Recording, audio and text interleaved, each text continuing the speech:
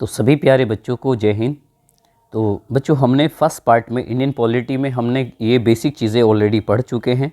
और ये जो हमारा सेशन है फर्स्ट पार्ट जो मैंने यहाँ पे स्टार्ट किया है पॉलिटी का, तो ये पॉलिटी थोड़ा सा डीप लेवल की है। आप आर ओ या यूपी पीसीएस या यूपीएससी का जो प्रीलिम्स एग्ज़ाम्स है उस तरह के सभी एग्ज़ाम्स को ये हिट करेगी। उसके अलावा अगर आप यदि मान लीजिए कोई ऐसा वनडे एग्ज़ाम्स है जैसे कि यूपीएसआई मान लीजिए, तो यूपीएसआई में पॉलिटी का अच्छा खासा लेवल आता है। अगर एक एफसीआई का पेपर आता है वन विभाग वाला, अगर आप उसमें देखेंगे तो उसमें भी पॉलिटी का 80% या 70% तो लगभग पॉलिटी से ही क्वेश्चंस पूछे जाते हैं। और डायरेक्ट क्वेश्चंस आते नहीं हैं कभी। आप पहले वो जो वन लाइनर वाले क्वेश्चंस नहीं आते हैं। आजकल क्या होता है कि वो किसी एक पर्टिकुलर टॉपिक से 2 या 3 स्टेटमेंट देकर आपसे क्वेश्चंस पूछता है। तो अब ऐसे टाइम पर हमें बहुत ज़्यादा ज़रूरत हो जाती है कि भाई हमारे पास में एक ओवरऑल जो नॉलेज होनी चाहिए। बहुत देखिए, 2 तरह की स्ट्रेटेजी है। मैं भी आपको ये समझा रहा हूँ। बहुत सारे स्टूडेंट्स क्या करते हैं, वो किसी भी पर्टिकुलर चीज़ों के फैक्ट्स पढ़ते हैं। उससे 2 प्रॉब्लम्स होती हैं। एक तो ये है कि उसको हम लॉन्ग टाइम तक नहीं याद रख सकते हैं, वन। सेकंड थिंग्स क्या रहती है कि जब आप एग्जाम में जाते हैं, अगर क्वेश्चंस की लैंग्वेज थोड़ी सी चेंज करके वो कॉम्प्लिकेटेड बना दे, तो उसमें क्या होता है कि हम उस क्वेश्चंस का जो ऑप्शंस राइट होता है उसको हम फाइंड नहीं कर पाते हैं। उसका क्या रीज़न है? रीज़न ये है क्योंकि हमने अपना माइंड सेटअप उसी तरह से क्रिएट किया है।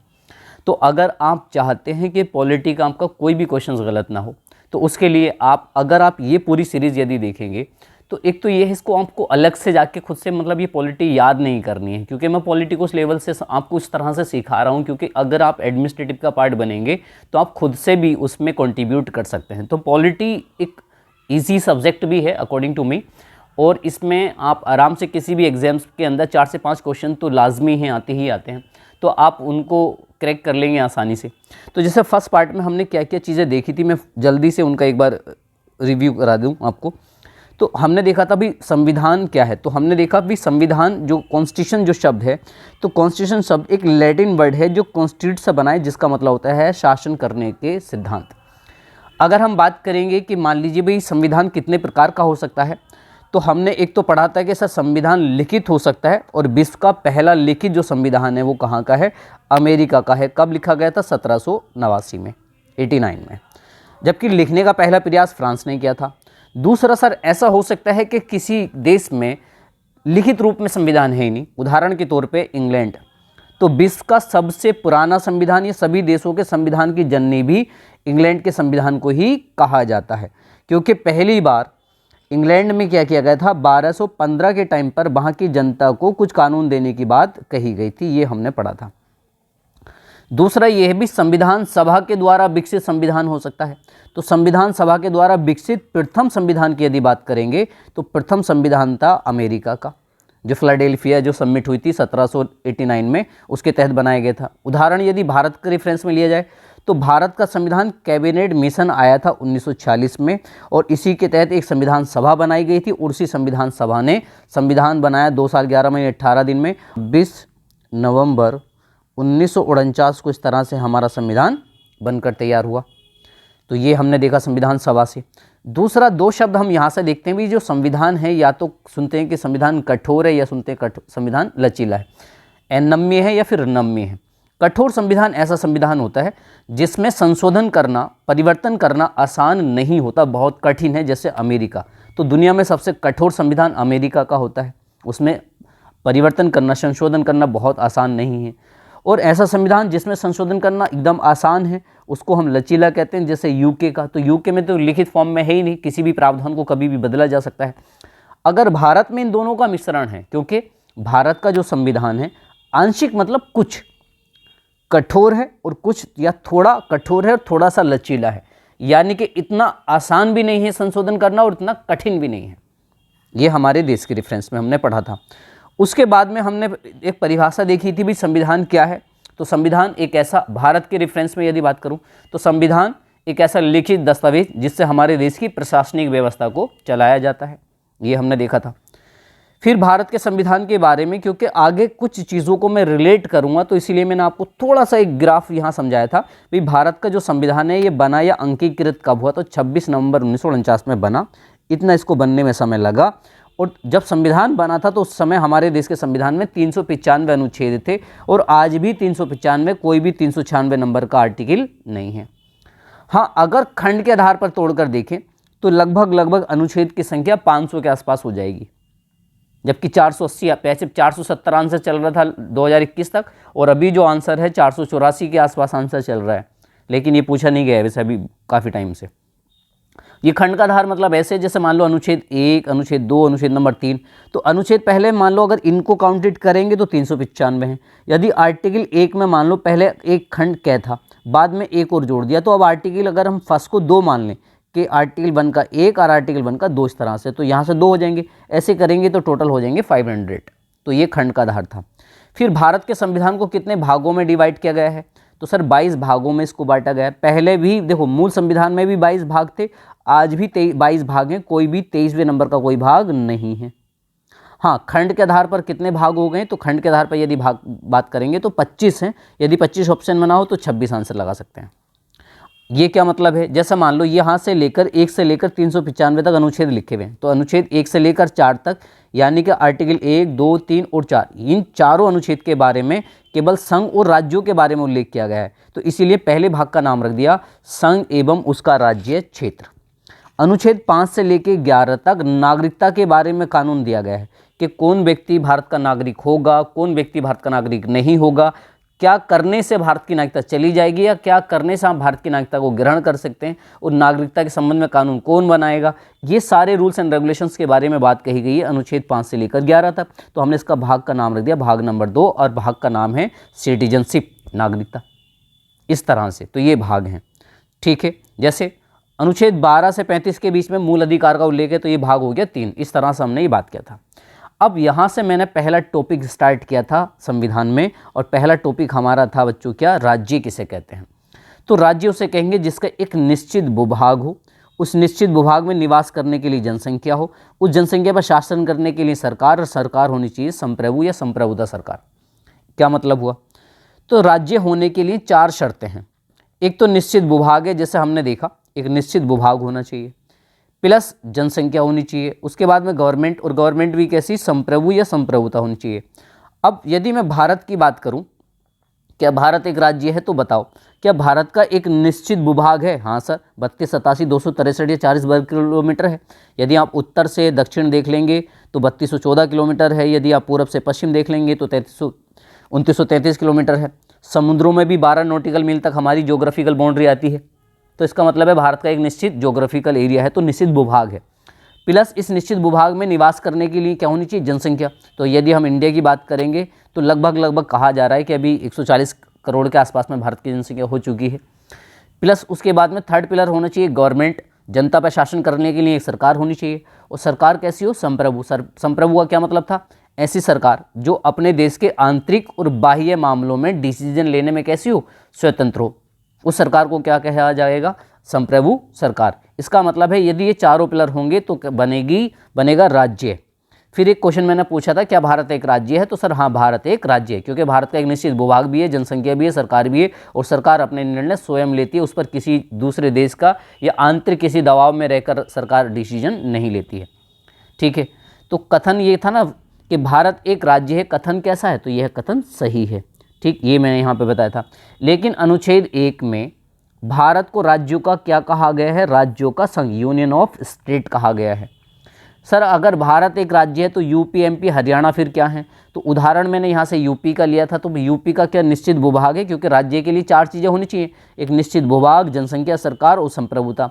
तो यदि हम इन पर ये अप्लाई कर देखें तो यूपी का निश्चित भूभाग तो है 240,928 वर्ग किलोमीटर है। यूपी की जनसंख्या भी है 2011 की जनगणना के अनुसार देख लिया जाएगा तो लगभग 19 करोड़ है, प्रेजेंट में 22 करोड़ के आसपास जनसंख्या हो गई है। सरकार भी देखेंगे तो योगी सरकार है यूपी में। क्या योगी सरकार या जो गवर्नमेंट है क्या संप्रभु है? संप्रभु का तो मतलब होता है भाई निर्णय लेने में स्वतंत्र होनी चाहिए, लेकिन राज्य सरकारें अब पूरी तरह से स्वतंत्र होती हैं, लेकिन पूरी तरह से नहीं होती, क्योंकि बहुत सारे निर्णय राज्य सरकारों की केंद्र सरकार लेती है, इसलिए ये वाला पिलर कंप्लीट नहीं हुआ। इस वजह से मैंने कहा कि यूपी, एमपी, हरियाणा ये राज्य नहीं है, ये प्रांतीय इकाइयाँ हैं। लेकिन हमारे संविधान की प्रथम अनुसूची, मूल संविधान में 8 अनुसूचियाँ थीं बच्चों, वर्तमान में 12 अनुसूचियाँ हैं। आगे आगे जैसे आप बढ़ेंगे तो ये सारी चीज़ें सीखेंगे, लेकिन अगर मैं बात करूं जनरली तो पहली अनुसूची का संबंध राज्यों से है, और पहली अनुसूची में इन प्रांतीय इकाइयों को राज्य कहा गया है। ये हमने यहाँ तक सीखा था। ठीक है, अब फिर मैंने आपसे ये कहा था भी राज्य के जैसे 4 पिलर थे, कौन कौन से 4 पिलर थे सर? इन 4 पिलर में हमारे पास में एक निश्चित भूभाग है, जनसंख्या है। तो ज्योग्राफिकल एरिया यानी कि ज्योग्राफी में तो पढ़ेंगे एरिया वाला क्षेत्र, जनसंख्या इकोनॉमिक्स में हम पढ़ेंगे ये ज्योग्राफी में, गवर्नमेंट पॉलिटी से रिलेटेड है तो अगला टॉपिक आता है गवर्नमेंट। तो आज हम जो भाग नंबर 2 में क्या सीखने वाले हैं, तो आज भाग नंबर 2 में हम पढ़ेंगे गवर्नमेंट। ठीक, चलो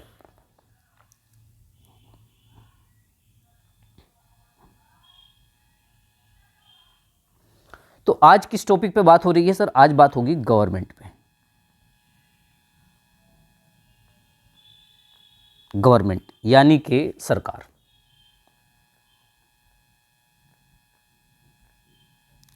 देखो बच्चों, कोई आपसे पूछे सरकार है क्या, तो आप सिंपल में ये जवाब कहिए सर सरकार क्या है? एक तरह की, या फिर ऐसे कह दीजिए सरकार एक ऐसी संस्था है, सरकार एक संस्था इंस्टीट्यूट है जो नागरिकों के विकास और उनके कल्याण के लिए कार्य करती है। यानी कि गवर्नमेंट क्या है? एक इंस्टीट्यूट है, एक ऑर्गेनाइजेशन है, एक संगठन है जिसका कार्य यह है कि वो अपने देश के भारतीय नागरिकों का विकास करे, कल्याण करे, जनरल ये समझ सकते हैं। ठीक है, अब हम जनरल सरकार कहते किसे हैं? जब हम कई बार ये वाली बात डिस्कस कर रहे होते हैं कि हमारे देश की सरकार अच्छी है, बुरी है, या जनरली बहुत बार कई बार होता है ना कि सरकार ने ये कर दिया, तो सरकार कहते किसे हैं? अगर मैं इस पॉइंट पे बात करूं तो इसके लिए हमें सीखना पड़ेगा इसका कंपोजिशन, संगठन, कंपोजिशन, हिंदी में बोलेंगे संगठन। क्या मतलब हुआ समझ लो। देखो, जब हम ये बात कहते हैं कि सरकार, हमारी सरकार ऐसी है, हमारी सरकार वैसी है, जब हम सरकार के बारे में बात करते हैं तो मैं आपसे ये पूछना चाहता हूँ कि एक्चुअल में हम किसके बारे में बात कर रहे होते हैं? तो इसमें गवर्नमेंट के बेसिक तो 3 पिलर होते हैं, बेसिक 3 पिलर होते हैं प्राथमिक, लेकिन वर्तमान में 4 पिलर होते हैं, चौथा पिलर मीडिया को माना जाता है। तो मैं आपको ये समझाता हूँ, सुनो। एक पॉइंट तो हमारा आएगा यहाँ पे लेजिस्लेटिव, हिंदी में इसको कहा जाएगा विधायिका, विधायिका। लो, एक पिलर हुआ ये। एक इसमें पिलर आएगा बच्चों एग्जीक्यूटिव,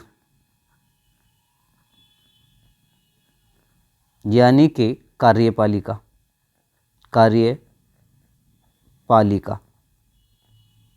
2 पिलर हो गए।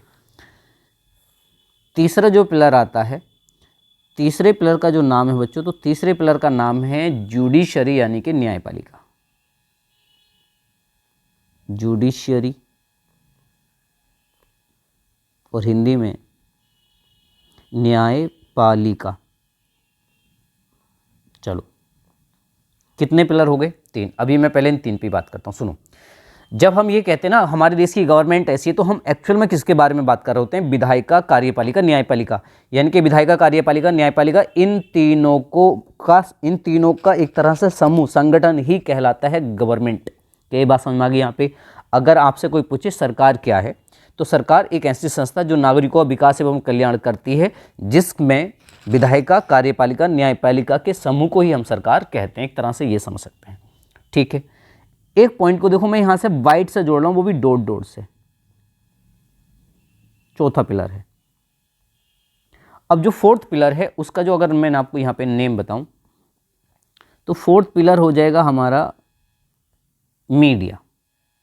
4th पिलर कौन सा है? तो 4th पिलर है बच्चों मीडिया, और हिंदी में बोलेंगे पत्रकारिता। अब इससे समझेंगे हम यहाँ से कि अब हमें क्या क्या चीज़ें समझ में आएंगी कि अगर आपसे कोई पूछे सरकार क्या है, तो एक ऐसी संस्था जो नागरिकों का विकास एवं कल्याण करती है।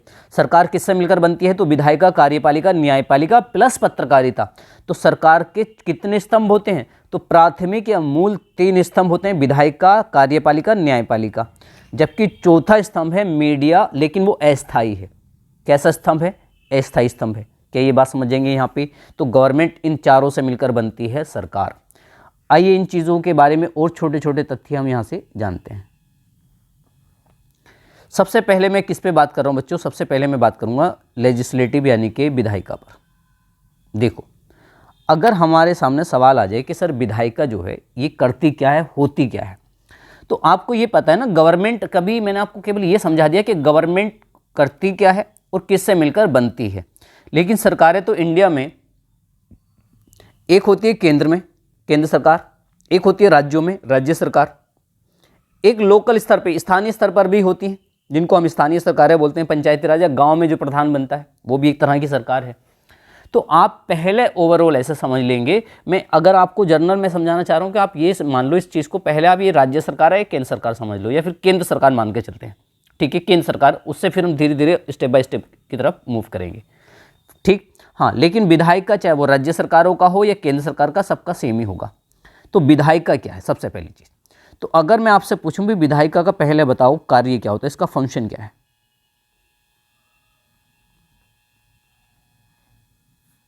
हमसे इसका क्या पूछा जा रहा है, इसका कार्य यदि पूछा जाए तो जो विधायिका का काम होता है कानून बनाना,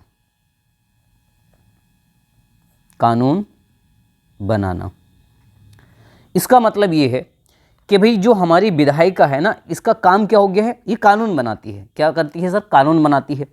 तो आप देखते हैं बच्चों, केंद्र में कानून कौन बनाता है, तो केंद्र में कानून बनाती है पार्लियामेंट। केंद्र में कानून कौन बनाता है, तो केंद्र में कानून बनाती है पार्लियामेंट, यानी कि केंद्र में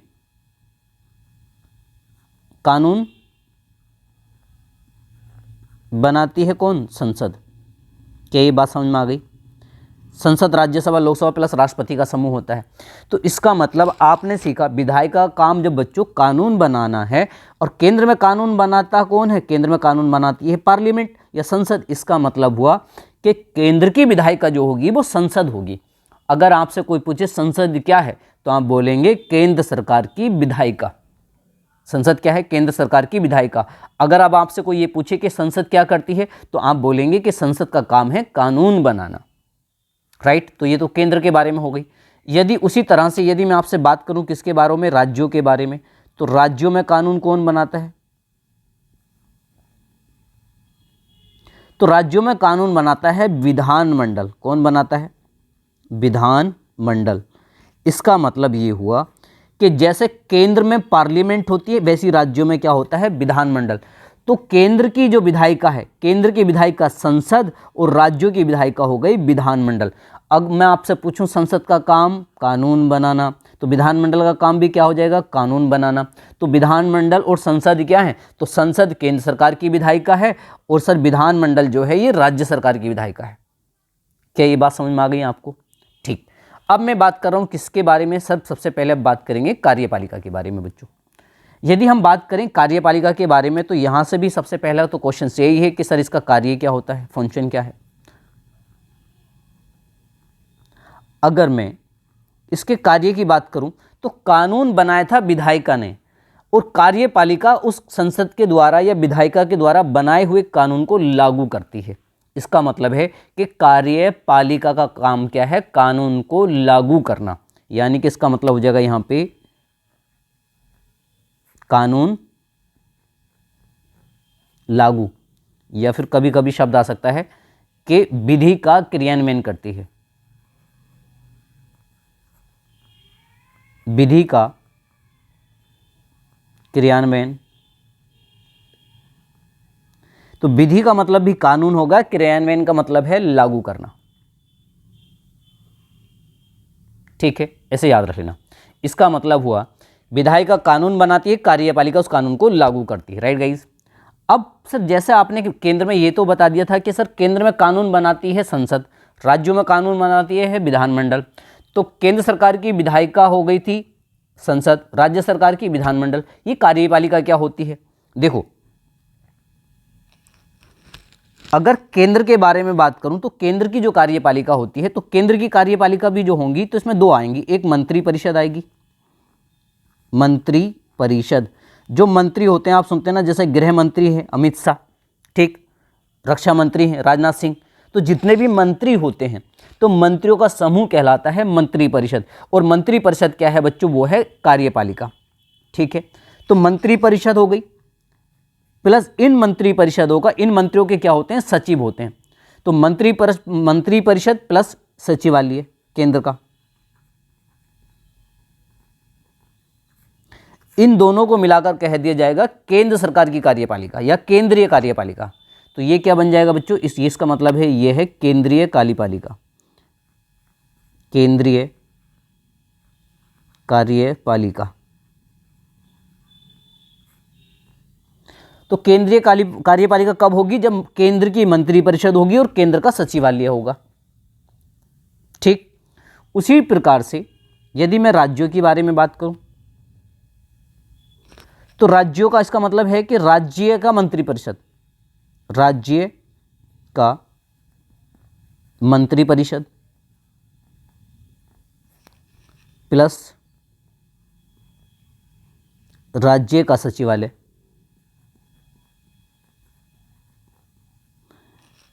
तो मैंने यहां पर ये शब्द ऐड कर दिए, जबकि केंद्र के वालों के बारे में भी ऐड होता केंद्रीय मंत्रिपरिषद प्लस केंद्रीय सचिवालय। यहां पर जबकि मैंने पूरा लिखा है राज्य का मंत्रिपरिषद और राज्य का सचिवालय, और इन सबको मिलाकर क्या बन जाएगा बच्चों? तो यही बनेगा हमारा यहाँ पे, यानी कि राज्यों की कार्यपालिका, यानी कि ये बना राज्य की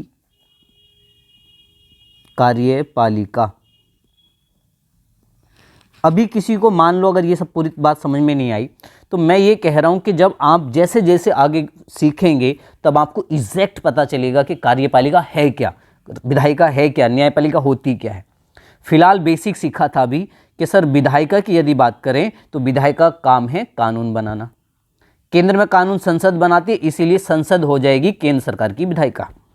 सर राज्यों में कानून बनाता है विधानमंडल, तो विधानमंडल बन जाएगी राज्य सरकार की विधायिका। इतनी बात समझ में आई तो ठीक है, अदरवाइज हम आगे और जब डिस्कस करेंगे, जब इनको और डिटेल में पढ़ेंगे तो समझ में आएगा। कार्यपालिका पे यदि हम बात करें सर, तो कार्यपालिका का काम है कानून को लागू करना। ठीक, और कार्यपालिका होती क्या है? तो केंद्र का जो मंत्रिपरिषद और सचिवालय होता है उसको हम केंद्रीय कार्यपालिका बोलते हैं। जो राज्यों का मंत्रिपरिषद होता है और जो राज्यों का सचिवालय होता है उसको हम राज्य की कार्यपालिका कहते हैं। तो ये हुआ हमारा कार्यपालिका के बारे में। अब बात करूंगा किस पे बच्चों में? न्यायपालिका के बारे में। यदि बात हम करते हैं न्यायपालिका के बारे में तो पहला क्वेश्चन तो इसका भी पूछा जाए, सर इसका फंक्शन कार्य क्या है? किसके बारे में? न्यायपालिका के बारे में। तो जनरली इसका काम क्या है बच्चों? इसका काम होता है कानून का संरक्षण, यानी कि कानून की रक्षा करना। तो काम तो हो गया कानून की रक्षा, कानून की रक्षा करना, या इस तरह से नहीं, कभी कभी ये शब्द दे देता है विधियों का संरक्षण। ठीक, लाइक दैट इज हो सकता है। यानी कि बच्चों अगर हम बात करें न्यायपालिका पे, अब न्यायपालिका का काम क्या हो गया? न्यायपालिका, तो न्यायपालिका का काम है कानून की रक्षा करना या फिर विधियों का संरक्षण करना। राइट, विधायिका कानून बनाती है, कार्यपालिका लागू करती है और न्यायपालिका उसकी रक्षा करती है। अब न्यायपालिका क्या होती है? तो जनरली अगर आप देखेंगे तो आप सुनते हैं ना सर सुप्रीम कोर्ट, आप सुनते हैं सर हाई कोर्ट। ठीक, तो ये क्या है? हमारा न्यायपालिका है। अगला टॉपिक हमारे पास में क्या बचता है बच्चों? पत्रकारिता, यानी कि मीडिया। अभी मैं ओवरऑल चलिए मीडिया पे यहां पे बात कर लेता हूं नेक्स्ट पॉइंट पे। तो मैं मीडिया को नेक्स्ट पेज पे समझा देता हूं।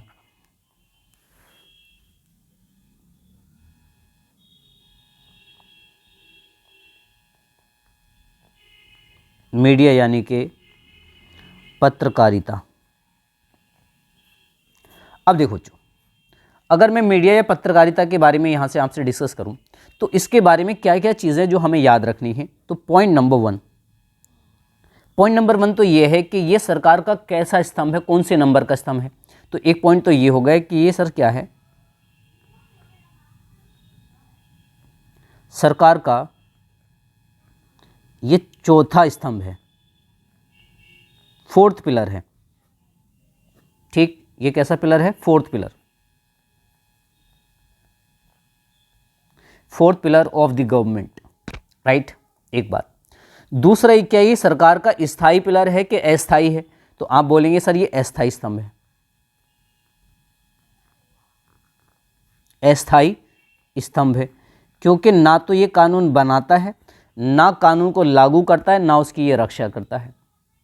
ठीक, ये बात समझ में आ गई यहाँ पे।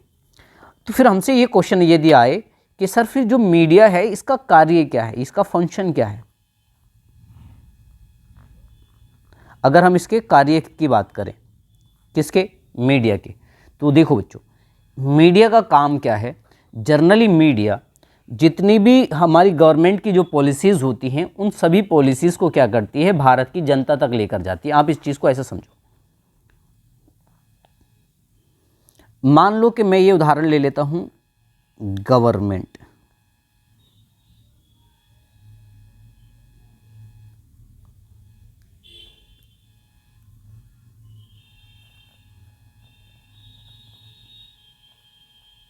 ये है गवर्नमेंट। ये यहां पे मैं ले लेता हूं कोई मीडिएटर। गवर्नमेंट तो आप जानते ही हैं, और मीडिएटर को हिंदी में बोलते हैं मध्यस्थ या फिर बिचौलिया।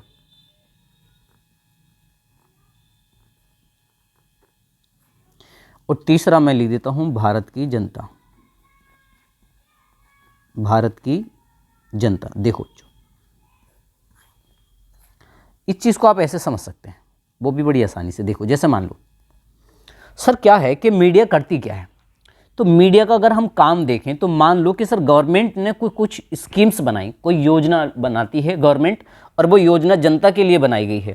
तो आप क्या पाते हैं कि गवर्नमेंट के द्वारा जितनी भी नीतियां या योजनाएं बनाई जाती हैं, यानी कि गवर्नमेंट की ऑल इन्फॉर्मेशन न्यूज़ चैनल के माध्यम से, अखबार के माध्यम से कहाँ तक पहुँचती है? भारत की जनता तक। यानी कि गवर्नमेंट की जितनी भी पॉलिसीज़ होती हैं, नीतियाँ, तो इन सब की जानकारी किसको देना? भारत की जनता को। यानी कि गवर्नमेंट की जितनी भी नीतियाँ होती हैं उन सबकी जानकारी भारत की जनता तक लेकर जाने का काम किसका है? मीडिया का। एक तो ये काम हुआ। दूसरा ये भी हो सकता है कि गवर्नमेंट की जो खामियां हैं, लिमिटेशंस हैं, यानी कि खामियां मतलब कमी, सरकार में भ्रष्टाचार। तो सरकार की जो खामियां हैं उसकी भी जानकारी किसको देना? भारत की जनता को। और भारत की जनता अपनी सरकार से क्या चाहती है? भारत की जनता तो पब्लिक ओपिनियन,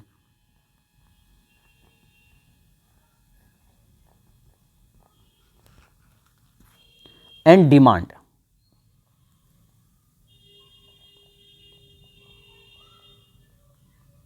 यानी कि जनता की राय और मांग। जनता की राय और मांगे, क्वेश्चन मार्क। सुनो, अब आप सुनो, बात चल रही है किस पर? इसको मैं थोड़ा सा यहां पे ऐसे समझेंगे। यदि आप इतना देखो, इतने पे सर मीडिया सरकार का चौथा स्तंभ है, फोर्थ पिलर है, अस्थायी है। क्या करती है? तो अगर क्या करती है इस बात में देखा जाए तो हमारी सरकार के द्वारा सर जितनी भी पॉलिसीज़ या नीतियां बनाई जाती हैं, जितनी भी योजनाएं बनाती हैं, उन सब की जानकारी किसको देना? भारत की जनता को देना। किसके थ्रू? टीवी चैनल के माध्यम से, न्यूज़पेपर के माध्यम से। या फिर जनता की राय क्या है, जनता क्या डिमांड कर रही है अपनी गवर्नमेंट से, पब्लिक ओपिनियन क्या है। जैसे कृषि बिल को ले लीजिए आप, 370 को ले लीजिए, बाबरी मस्जिद को ले लीजिए, जितने भी मैटर्स हों, जैसे आर्टिकल्स आपका 44 को ले लीजिए, यूनिफॉर्म सिविल कोड को ले लीजिए। जनता की डिमांड्स क्या है, जनता की राय क्या है, उन सब चीज़ों की जानकारी कहाँ तक पहुँचाना? सरकार तक। इसका मतलब है कि जो मीडिया है भारत की जनता के बीच में और सरकार के बीच में किसका काम करती है? बिचौलिए का। इसका मतलब है फंक्शन क्या हुआ इसका? तो ये फंक्शन क्या है? तो क्वेश्चन यदि आपसे पूछा जाए कि मीडिया का काम क्या है, तो सर मीडिया भारत सरकार और भारत की जनता के मध्य मध्यस्थ का कार्य करती है, या फिर बिचौलिए का काम करती है, जिसका काम भारत सरकार के द्वारा या सरकारों के द्वारा बनाई गई जितनी भी योजनाएं होती हैं, जितनी भी स्कीम्स होती हैं, उन सब की जानकारी भारत की जनता तक पहुंचाना, उसको मुहैया कराना। या फिर सरकार की जितनी भी खामियां होती हैं उन सब का खुलासा करना भारत की जनता के सामने। तो ये मीडिया का काम है। और भारत की जनता की क्या राय है, भारत की जनता क्या डिमांड कर रही है अपनी गवर्नमेंट से। अक्सर आप न्यूज़पेपरों में देखते होंगे बच्चों, मान लो अगर जैसे अभी विंटर का टाइम चल रहा है, तो विंटर के टाइम पर जहाँ जहाँ पर भी मतलब लोग जो फुटपाथ पे रह रहे हैं, तो कई बार क्या होगा कि न्यूज़पेपर वाले उनके फ़ोटोज़ को हाईलाइट करके शहर के जो डीएम तक पहुँचाते हैं। तो फिर वो लोग क्या काम करते हैं, उनके लिए रैन बसेरे का इंतजाम करते हैं, या फिर बारिश के दिनों में आप देखते हैं कि मान लो किसी रोड पर बारिश की वजह से बहुत बड़ा खड्डा हो जाए, तो आप देखते हैं ना नेक्स्ट डे के न्यूज़पेपर में लिखा आता है कि बीच रोड पे हुआ खड्डा, सरकार की आंखों पे बंधी पट्टी। तो ये सारी जानकारी क्या है? तो मीडिया का मूल काम है मीडिएटर का। आई होप आपको मीडिया के बारे में कुछ समझ में आया होगा। अब मैं यहाँ से 2 या 3 फैक्ट्स लिखा रहा हूँ जो क्वेश्चंस कई बार पूछे जा चुके हैं वनडे एग्जाम टाइप में। तो ये जो अगले जो फैक्ट्स बता रहा हूँ वो वनडे एग्जाम्स के हैं, इसीलिए ये इसको मैं लिख देता हूँ एज ए फैक्ट्स के रूप में। तो फैक्ट्स हैं, पॉइंट नंबर 1 फैक्ट्स पूछे जाएगा कि प्रेस की स्वतंत्रता का उल्लेख किस अनुच्छेद में है? प्रेस की स्वतंत्रता का उल्लेख, अगर ये क्वेश्चन आ जाए कि प्रेस की स्वतंत्रता उल्लेख कहाँ है, तो अनुच्छेद 19 का जो फर्स्ट है ना, इसके काम में है। ये आंसर याद रखेंगे। यानी कि प्रेस की स्वतंत्रता उल्लेख कौन से अनुच्छेद में है, तो हमारे पास में उसका रिप्लाई क्या होना चाहिए सर? उसका रिप्लाई है अनुच्छेद 19 के फर्स्ट के का। एक तो ये हो सकता है। अब आर्टिकल जो ये लिखा है ना मैंने, आर्टिकल 19 का जो फर्स्ट है और फर्स्ट के का में है क्या एक्चुअल में?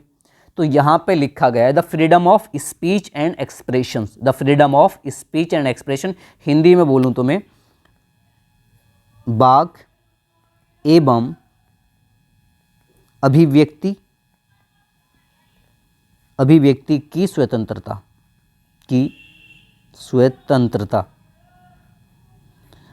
तो इसका क्या मतलब है? सुनो, वाक का मतलब है बोलना, अभिव्यक्ति का मतलब है अपनी किसी बात को प्रस्तुत करना, यानी कि आप किसी के भी सामने बेबाक बोल सकते हैं, स्पष्ट अपनी बात किसी के सामने रख सकते हैं, चाहे कोई अधिकारी हो, कोई सामान्य आम व्यक्ति हो, एनीवन।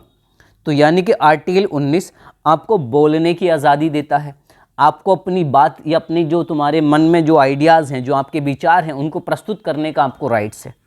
तो ये फ्रीडम का अधिकार है, तो बोलने का अधिकार दिया गया।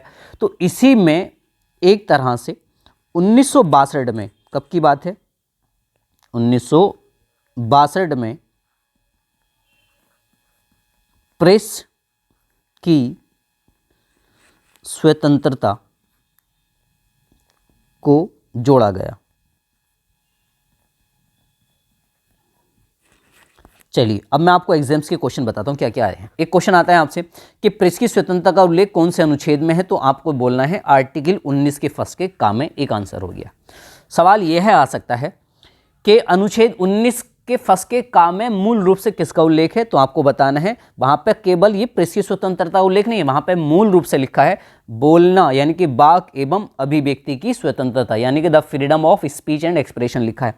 तो जो प्रेस की स्वतंत्रता है यह है 1962 में जोड़ा गया। तो क्वेश्चन आएगा प्रेस की स्वतंत्रता का अधिकार कब दिया गया, इसको यह मूल अधिकार कब बनाया गया, तो 1962 में। कब बनाया गया? 1962 में। दूसरा क्वेश्चन आ सकते हैं आपसे कि प्रेस की स्वतंत्रता किसका अंग है, तो ये वाक एवं अभिव्यक्ति की स्वतंत्रता का अंग है।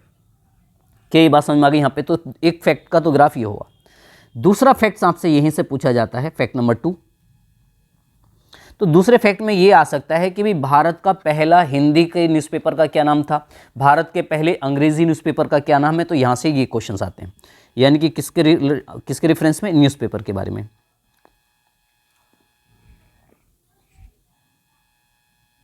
न्यूज़पेपर, ठीक है।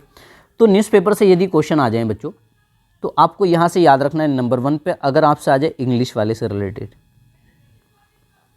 तो जो इंग्लिश का जो फर्स्ट न्यूज़पेपर था उसका नाम आपसे पूछा जाता है, तो उसका नाम था द बंगाल गज़ट।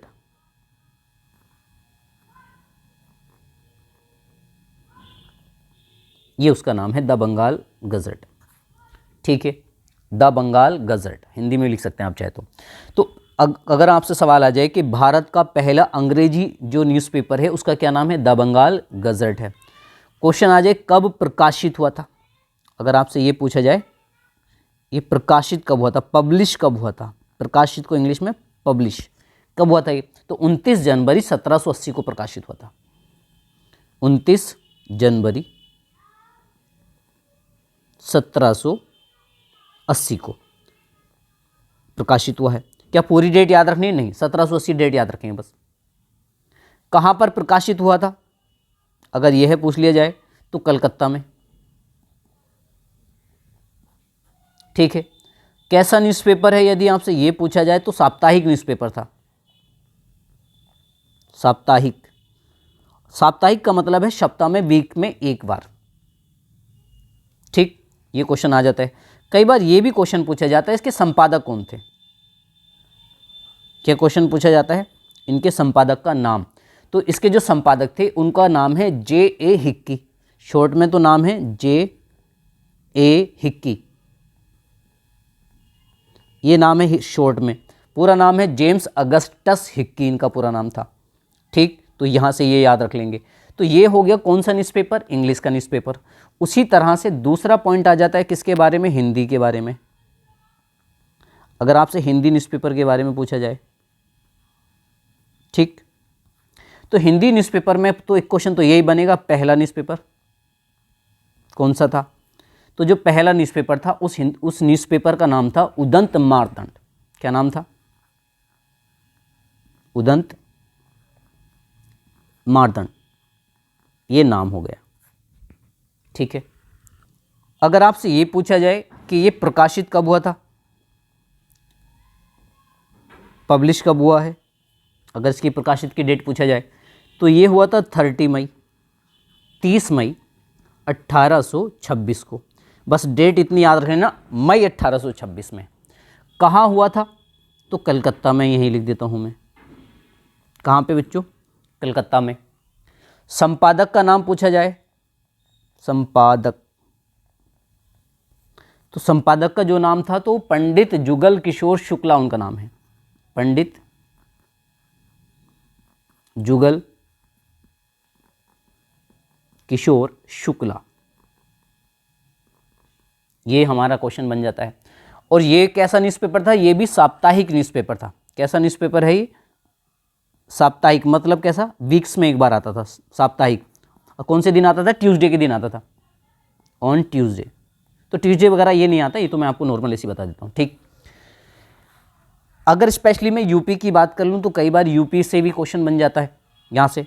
तो क्या क्वेश्चन आया हुआ था कि उत्तर प्रदेश का पहला अखबार, क्या क्वेश्चन है, उत्तर प्रदेश, वो भारत के पहले न्यूज़पेपर हैं। अब ये कहाँ का है, उत्तर प्रदेश का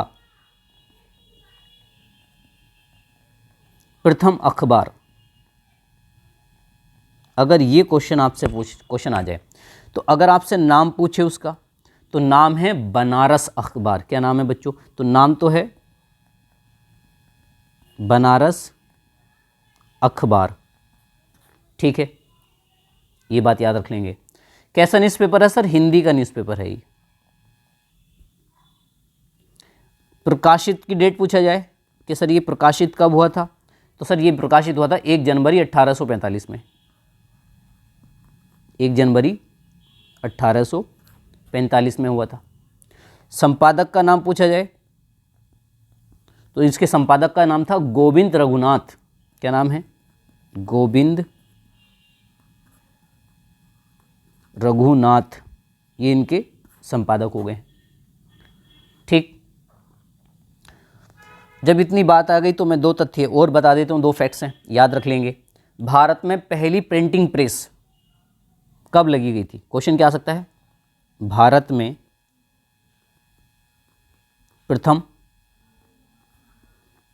प्रिंटिंग प्रेस की स्थापना, ये क्वेश्चन आ चुका है। इस स्थापना, तो जो भारत में पहली जो प्रिंटिंग प्रेस की स्थापना कब हुई थी, ये क्वेश्चन आपसे यदि आ जाए तो इसकी जो डेट है वो 1555 से 56 के बीच में, तो इसकी डेट याद रख लेंगे। ठीक है, कहाँ पर सर, गोवा में। कहाँ पे, यानी कि भारत में पहली जो प्रिंटिंग प्रेस बनाई गई थी ये गोवा में बनाई गई थी 1555 और 56 के टाइम पर। और किसके द्वारा बनाई गई है, के द्वारा, यानी कि प्रिंटिंग प्रेस लगाई किसने थी, तो अगर उसका नाम आ जाए तो पुर्तगालियों ने। पुर्तगालियों ने, किसने सर, पुर्तगालियों के द्वारा। राइट, ये भी क्वेश्चन आ जाता है। जबकि अगर आपसे क्वेश्चन आए कागज का आविष्कार किस देश में हुआ था, कागज का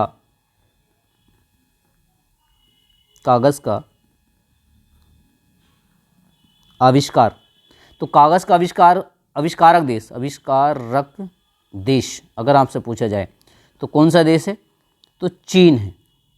फिलहाल ये आपको मैंने सारी बातें किसके बारे में बता दी, कुछ फैक्ट्स हैं जो ऑलरेडी पूछे जा चुके हैं मीडिया के बारे में। ठीक है, तो ये क्वेश्चंस हो गए, इन्हें भी याद रखेंगे। चलिए आगे समझते हैं। तो अभी आपने केवल गवर्नमेंट सीख लिया। सर गवर्नमेंट होती क्या है, तो आपने मुझे बताया कि सर गवर्नमेंट्स के 4 स्तंभ होते हैं, विधायिका, कार्यपालिका और न्यायपालिका प्लस पत्रकारिता। विधायिका कानून बनाती है, कार्यपालिका कानून को लागू करती है, न्यायपालिका कानून की रक्षा करती है, और पत्रकारिता जो मीडिया है उसका काम है मध्यस्थ या बिचौलिए का, जो भारत सरकार के द्वारा जितनी भी स्कीम्स वगैरह लॉन्च की जाती है उन सब की जानकारी भारत की जनता तक देना, या सरकार की कमियों को जनता को बताना, और दूसरा जनता की राय क्या है, डिमांड्स क्या है गवर्नमेंट से, वो गवर्नमेंट तक पहुंचाना, जनरली ये था। अब यहाँ से एक बड़ा टॉपिक मैं आपको डिस्कस कर रहा हूँ, टाइप्स ऑफ गवर्नमेंट, सरकार के प्रकार। चलिए गाइस, तो अब बात करने वाले हैं टाइप्स ऑफ गवर्नमेंट, सरकार के प्रकार के बारे में। तो सरकार के जो प्रकार से ना, तो ये इंटरेस्टिंग टॉपिक है। दुनिया में कितने प्रकार की सरकारें हैं, चलिए मैं उन सब पे बात करने वाला हूँ। ठीक है, तो पहले मैं आपको पॉइंट नंबर 1 समझाता हूँ। देखिए, एक टाइप की जो गवर्नमेंट्स होती है जिसको कई बार आप नाम सुनते होंगे, मोनार्की। ठीक है, मोनार्की, ये सुन रहे हैं राइट। मोनार्की को हिंदी में कहा जाता है बच्चों राजशाही। क्या कहा जाता है, राजशाही सरकार, राजशाही सरकार। तो मोनार्की मतलब राजशाही, तो मोनार्की टाइप की जो गवर्नमेंट्स हो जाएगी तो राजशाही सरकार बन जाएगी। तो एक तो है राजशाही प्रकार की जो सरकार होती है। अब इसमें क्या होता है, तो मोनार्की जो गवर्नमेंट्स है, अभी नंबर 1 हमारा टाइप चल रहा है, मैं हाथों हाथ समझाता चलूंगा इन सबके बारे में यहीं पर ही। तो एक्चुअल में पहली बात तो ये भी 2 प्रकार की होती है, एक एब्सोल्यूट मोनार्की होती है और एक कॉन्स्टिट्यूशनल मोनार्की होती है। तो मोनार्की भी कितने प्रकार का है सर, अगर मैं इसको भी डिवाइड करूं तो सर ये 2 प्रकार का है। कितने प्रकार का है सर, 2 प्रकार का। नंबर 1 एब्सोल्यूट मोनार्की, एक तो टाइप्स हो गया ये। एक होता है कॉन्स्टिट्यूशनल मोनार्की,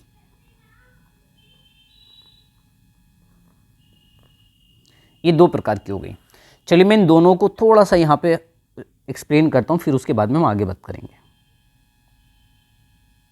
नंबर 1 देखो, एब्सोल्यूट मोनार्की का मतलब यहाँ से ये समझो कि एब्सोल्यूट जो पावर होगी, जो टोटल पावर होगी, वो किसी एक राजा या रानी में होगी। एब्सोल्यूट मोनार्की तब कही जाएगी, यानी कि एब्सोल्यूट का एक तरह है अत्यांतिक, पूरी तरह से राजशाही, पूरी तरह से जो राजशाही है। तो मैं अगर आपको जनरल बात बताऊं तो आप ऐसे समझ लेंगे सर, इसका मतलब होगा एब्सोल्यूट पावर, पूरी पावर इन किंग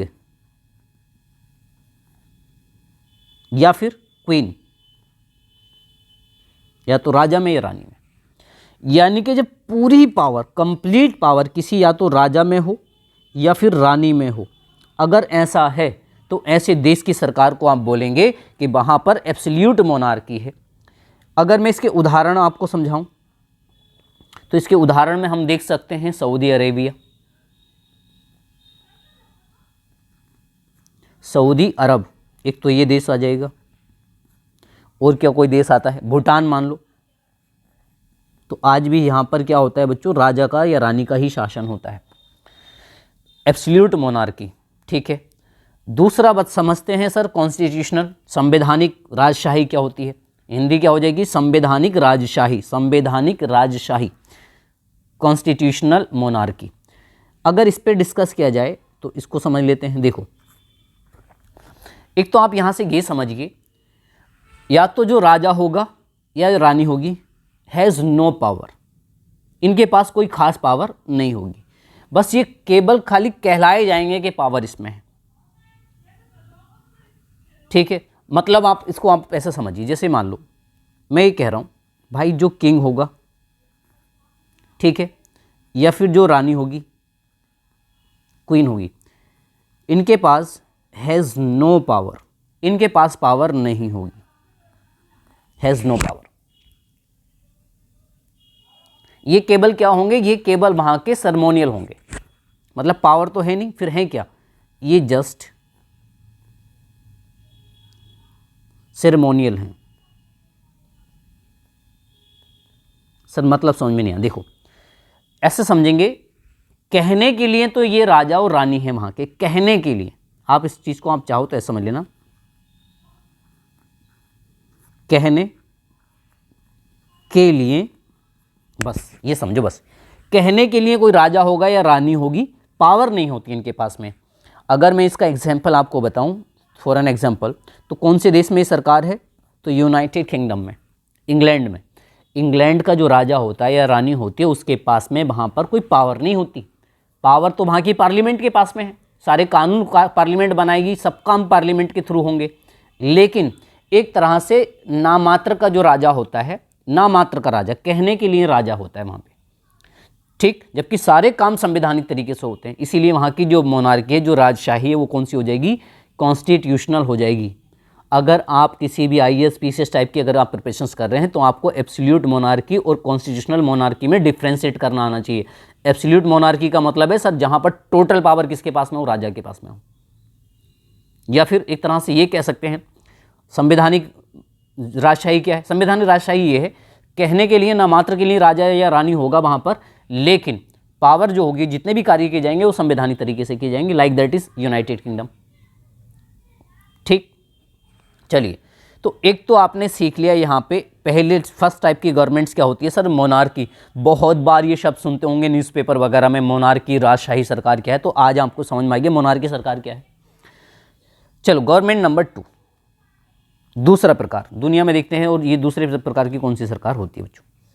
दूसरे प्रकार की जो सरकार में अगर मैं बात करूँ जनरली, तो एक सरकार होती है जिसमें कुछ पर्टिकुलर व्यक्तियों के द्वारा शासन चलाया जाता है, तो उसको कहा जाता है ओलिगार्की।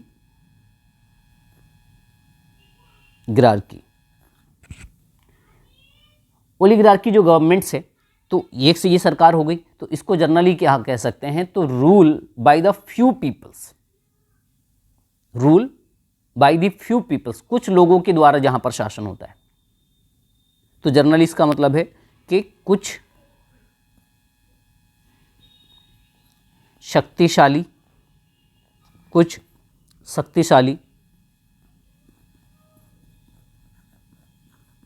व्यक्तियों के द्वारा शासन, कुछ शक्तिशाली व्यक्तियों के द्वारा जहां शासन होता है उसको हम ओलिगार्की बोलते हैं। क्या ये बात समझ जाएंगे आप यहाँ पे, यानी कि अगर सर कोई ऐसा देश है जहाँ पे एक, मैं शॉर्ट में एक लाइन लिख देता हूँ तो उसी से आप बस याद रख लेना, ठीक है। अगर आपसे कोई पूछने भी लग जाए तो बस इसको इतना से ही, आप ज़्यादा नहीं, इतना याद रख लो कि rule by a few people, बस कुछ पर्टिकुलर शक्तिशाली लोगों के द्वारा यदि शासन किया जाता है तो वैसे देश की सरकार को क्या बोला जाता है, ओलिगार्की। ये क्वेश्चन आ चुका ऑलरेडी। तो ओलिगार्की सरकार क्या होती है कि जब कुछ शक्तिशाली व्यक्तियों के द्वारा जहां शासन होता है, ऐसी सरकार को क्या बोलते हैं, मोनार्की बोलते हैं, राजतंत्र बोलते हैं, धर्मतंत्र बोलते हैं, लोकतंत्र बोलते हैं, या ओलिगार्की बोलते हैं। तो इसकी क्या बोलते हैं, ओलिगार्की, राइट। इसका उदाहरण कौन कौन से देश हो जाएंगे, यदि मैं इसके एग्जाम्पल की बात करूँ तो ऐसी गवर्नमेंट्स कौन से देश में, तो मैं आपको बताऊँ सबसे पहले नंबर पर तो चाइना ही है। तो एक तो चाइना हो गया, तुर्की में भी आप देख पाएंगे, तो चाइना और तुर्की, तो ये दोनों कैसे देश हो गए, ओलिगार्की हो गई। मैं अगर जनरल थोड़ा सा बताऊं तो इसमें पाकिस्तान भी आ सकता है इनडायरेक्ट रूप से, क्योंकि पाकिस्तान में भी क्या होता है, कुछ ही लोगों के द्वारा वहाँ पे शासन किया जाता है, तो पाकिस्तान, ठीक है, क्योंकि वहाँ पे सेना का प्रभुत्व ज़्यादा होता है। फिलहाल आपको जनरल एक ये बात समझ में आ गई। चलिए तो नेक्स्ट टाइप की सरकार समझाता हूँ मैं आपको। देखो ये अगर आप केवल गवर्नमेंट्स, अगर आप चाहें तो 2-4 बच्चे जिनका बहुत ज़्यादा इतना डीप में नहीं जाना है, तो थोड़ा सा स्किप करके गवर्नमेंट्स का केवल ये 2-3-5 मिनट की वीडियोस है, आगे आप इसको देख सकते हैं, क्योंकि आगे का लेवल थोड़ा सा भी डाउन हो जाएगा। लेकिन ये समझाना मुझे बहुत ज़रूरी है, क्योंकि जब आप PCS या RO की प्रिपरेशन यदि आप करते हैं तो अब आपको ये जानकारी होना मस्ट है, क्योंकि पॉलिटी में जब आप पूरी तरह से आगे डिस्कस करोगे तो बहुत सारे बच्चों को यही तो प्रॉब्लम आती है, क्योंकि उनको मालूम ही नहीं है शब्दावली में कि भाई राजतंत्र क्या हो रहा है, धर्मतंत्र क्या होता है, या फिर आपका ऑटोक्रेसी क्या है। तो ये जब तक जानकारी नहीं रहेगी तो प्रॉब्लम्स रहेगी। क्या ये बात समझ में आ गई यहाँ पे। थर्ड टाइप की गवर्नमेंट देख लेते हैं। देखो, अगर मैं थर्ड टाइप की बात करूं यहाँ पे, तो थर्ड टाइप्स में एक गवर्नमेंट लेते हैं ऑटोक्रेसी। ये नाम तो आपने ज़रूर सुना होगा, ऑटोक्रेसी। ऑटो का मतलब होता है सेल्फ, क्रेसी का मतलब टू गवर्न, स्वयं शासन करना एक तरह से। तो ऑटोक्रेसी में क्या अंतर है? देखो, ऑटोक्रेसी का हिंदी तो होता है राजतंत्र, राजतंत्र, और इसका एक्चुअल मतलब क्या होता है? Rule by one person, rule by only one person. जब केवल एक ही व्यक्ति के द्वारा शासन चलाया जाता हो। एक पॉइंट तो ये इसका याद रखेंगे ज़रूर। दूसरा, इसमें एक पॉइंट आप ये भी याद रखेंगे कि जितनी भी पावर होती है कि ऑल पावर, ऑल पावर विस्टेड, विस्टेड मतलब समाहित है, निहित है, all power विस्टेड in one person, in one person. जब समस्त शक्तियां एक ही व्यक्ति में निहित हों, जब समस्त शक्तियां एक ही व्यक्ति में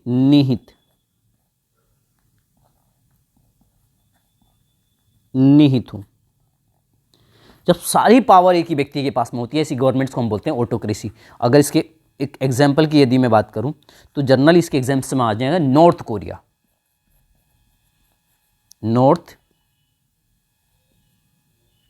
नॉर्थ कोरिया बच्चों। उसी तरह से एक गवर्नमेंट्स आपको देखने को मिलेगी, नंबर 4, थियोक्रेसी, थियोक्रेसी। थियोक्रेसी को हिंदी में कहते हैं धर्मतंत्र, धर्मतंत्र, रूल बाय रिलीजियस अथॉरिटी। इसका क्या मतलब हो जाएगा? यानी कि जहां पे शासन किसके द्वारा होता हो, एक तरह से ऐसा समझ लेंगे कि सर रूल बाय रिलीजियस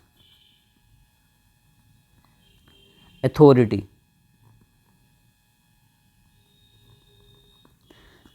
जब रिलीजियस अथॉरिटी के द्वारा जहां पर शासन किया जाता है, तो वहां पर उसको कह सकते हैं एक तरह से धर्मतंत्र। देखो, स्पेशली वहां क्या होगा कि जो लीडरशिप होगी ना, वो किसकी होगी? वो रिलीजियस की होगी। आइडियोलॉजी क्या होगी? याद रखिए, विचारधारा भी धार्मिक होगी। इसका एग्जाम्पल यदि आप देख पाएंगे तो ये आपको ऐसी सरकार देखने को मिलेगी ईरान में। कहां पे? ईरान। ठीक, नेक्स्ट टाइप की गवर्नमेंट समझ लेंगे, नंबर 5, मिलिट्री डिक्टेटरशिप। ठीक, एक टाइप्स की गवर्नमेंट्स होती है। इसका जर्नल मीनिंग्स आप ऐसे जान लीजिए कि रूल बाय आर्मी। जब शासन किसके द्वारा चलाया जाएगा? जब शासन सेना के द्वारा चलेगा, तो ऐसी गवर्नमेंट्स को क्या बोलते हैं हम? मिलिट्री डिक्टेटरशिप बोलते हैं। इसका यदि अगर एग्जाम्पल मैं आपको बताऊं बच्चों, तो इसका एग्जाम्पल हो जाएगा म्यांमार। क्या हो जाएगा? हमारा जो पड़ोसी देश म्यांमार का प्राचीन नाम क्या था बच्चों? बर्मा। ठीक है, तो यहाँ पे कैसी गवर्नमेंट्स आपको देखने को मिलेगी? तो यहाँ पे आपको देखने को मिल जाएगी प्रेजेंट में मिलिट्री डिक्टेटरशिप। ये सारे नाम यूज़ किए जाते हैं, इसीलिए मैं आपको ये सारी चीज़ें ही बता रहा हूँ।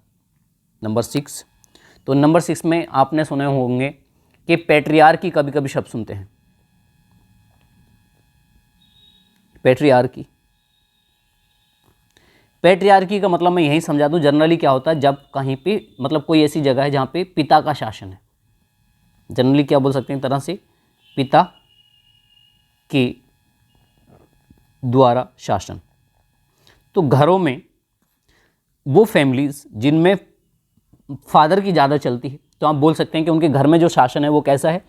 पैट्रियार्की सिस्टम है, पिता का शासन है। अभी भी इंडिया में ज़्यादातर सिस्टम कौन सा फॉलो होता है? पैट्रियार्की होता है, क्योंकि पुरुषों को ज़्यादा अथॉरिटीज़ इंडिया में दी गई हैं महिलाओं के कंपेरिजन्स में। जैसे नंबर 7 देख लो, एक शब्द आता है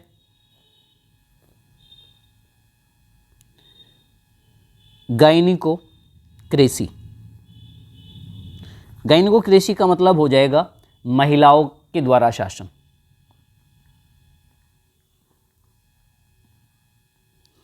महिलाओं के द्वारा शासन। जैसे आपने अकबर का नाम सुना हो, सम्राट अकबर का, ठीक, हरम दल का भी नाम सुना होगा। तो एक टाइम क्या था कि जब बैरम खां 1560 में जब उसकी डेथ हो जाती है तो अकबर पर एक तरह से क्या होता है ना, पेटीकोट गवर्नमेंट भी हम बोलते हैं एक तरह से। तो उस टाइम पे क्या होता है ना, महिलाओं का प्रभुत्व ज़्यादा शामिल हो जाता है, क्योंकि हरम दल का उसमें कंट्रीब्यूशन कहीं ना कहीं दिखाई देने को लग जाता है। उसी टाइप से एक गवर्नमेंट्स हो सकती है ब्यूरोक्रेसी। ये सब शब्दावली भी याद रखनी है। ब्यूरोक्रेसी, देखो ब्यूरोक्रेसी का मतलब हो जाएगा नौकरशाही। नौकरशाही, जैसे उदाहरण के तौर पे इंडिया में जैसे सपोजेट कि आपके आईएएस हो गए, ठीक है। अब ये लोग क्या काम कर लें, एक तरह से पूरा एक सिस्टम बना लें, या जैसे सचिवालयों को भी हम नौकरशाही बोलते हैं। तो जनरली आप जितने भी गवर्नमेंट सर्वेंट्स होते हैं उनकी बात की जा रही है यहाँ पे। और आगे यदि मैं डिस्कस करना चाहूँ तो एक गवर्नमेंट्स आपको देखने को मिल जाएगी, कॉलोनियलिज्म मिल जाएगा आपको। एक ये सिस्टम है। इसको एक सिंगल शब्द में अगर मैं आपको एक्सप्लेन करना चाहूँ कि भाई कॉलोनियलिज्म क्या होता है, तो रूल बियॉन्ड बॉन्ड, आपका बॉर्डर्स होता है। रूल बियॉन्ड बॉर्डर्स, ये बनाया है एस, बॉर्डर्स। समझो इसका क्या मतलब है। मुझे आप एक बात बताइए, आपने पढ़ा होगा सर 1757 में प्लासी का युद्ध हुआ। कौन सा? Battle of Plassey. प्लासी के युद्ध से अंग्रेज़ों ने भारत पे कब्जा कर लिया। उसके बाद में 1947 तक हमारे देश पे किसका कब्जा रहा था? भारत पे ब्रिटिश का कब्जा रहा था, ठीक है, ये आप जनरल जानते ही हैं। तो उस टाइम पे सर 1757 से 1947 तक भारत क्या था? तो ये क्या था, एक तरह से ना ब्रिटिश कॉलोनी था। क्या था? ब्रिटिश कॉलोनी था। कॉलोनी का मतलब है उपनिवेश, ठीक है, उपनिवेशिक शासन, बेसिक शासन, ऐसा समझो। मतलब जब किसी देश पर या कोई देश अपने बाउंड्री के बाहर जाकर किसी और जगह शासन करता है, तो आप सोचिए इंग्लैंड है यहाँ पे और शासन कर रहा है इंडिया पे, तो जब कोई देश अपने देश की सीमा के बाहर जाकर किसी अन्य क्षेत्र पर शासन करता है तब ऐसे शासन को बोला जाता है उपनिवेशिक शासन। क्या ये बात समझ में आ गई? यहाँ पे एक शब्द आपको देखने को मिलता है डेमोक्रेसी। कितने पॉइंट्स हो गए यहाँ तक? हमने कितनी गवर्नमेंट सीख ली? काफ़ी सीख ली। चलो डेमोक्रेसी को समझ लीजिए।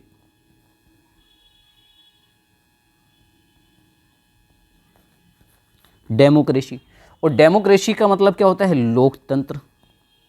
लोकतंत्र, ठीक। अब मैं ये यहाँ से नेक्स्ट पार्ट में आपको एक्सप्लेन करूँगा डेमोक्रेसी क्या होती है, वो भी आपका डीपली, ठीक है गाइस। चलिए, तो बेस्ट ऑफ लक एंड ठीक किया।